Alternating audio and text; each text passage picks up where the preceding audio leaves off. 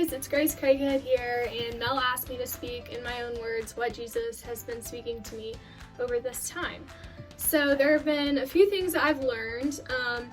So there's a time for everything. There is beauty in the mundane. There can be celebration in the waiting. There is always something to be thankful for, and there should be more positive thoughts.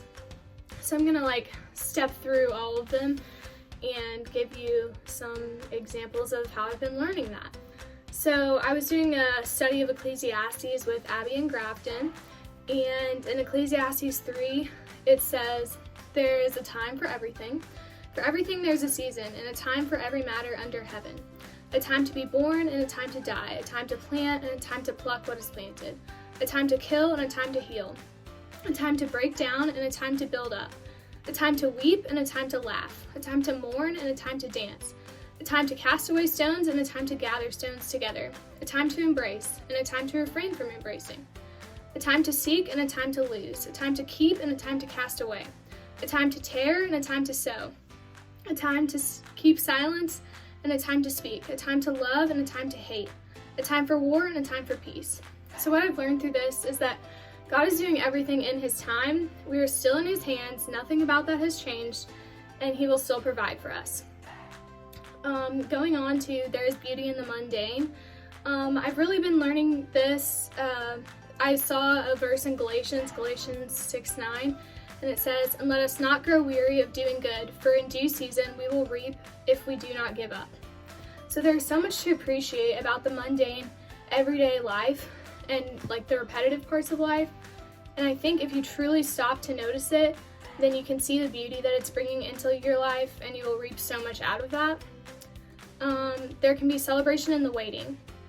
So Graves into Gardens by Elevation Worship is a really empowering song, and I've been learning a lot from it. So in this first part that I'll talk about, it says, "'Cause you're the God of the mountain," or "'cause the God of the mountain is the God of the valley. There's not a place your mercy and grace won't find me again." And then the other part says, "You turn mourning to dancing. You give beauty for ashes. You turn shame into glory. You're the only one who can." So the first part reminds me of the never-failing love of God, and that He will meet me wherever I am, whether it's my highest peak in life or my lowest valley.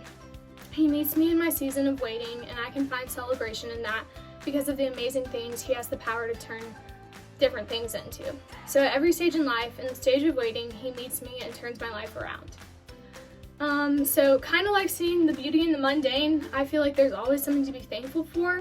And the Bible tells us to be thankful in all circumstances, which shows that no matter what is going on in our lives, we can always praise God for what He's doing.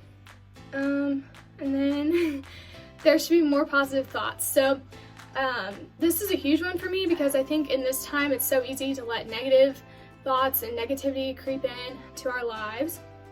And Jeannie Allen is one of my favorite Christian writers, and she has a quote that I really like, and it says, "Pretending to be at peace never ended a war. Engaging, fighting, coming together for great purposes, that's what ends wars." And also in a new book, she tells that 80% of human thoughts per day are negative, which that really spoke volumes to me, and I really have been trying to change that in my life and have more positive thoughts come to me. And so that spoke volumes to me. And also a verse that has helped me through all of this is Romans 13:12, and it says, "The night is far gone, the day is at hand, so then let us cast off the works of darkness and put on the armor of light." So I think all of these things helped remind me that this is a time where many people are struggling mentally, and we should fight those negative thoughts with the light that Jesus so faithfully provides. And so yeah, that's what He's been teaching me basically through all of this, and I hope you can learn that too. And thank you for watching.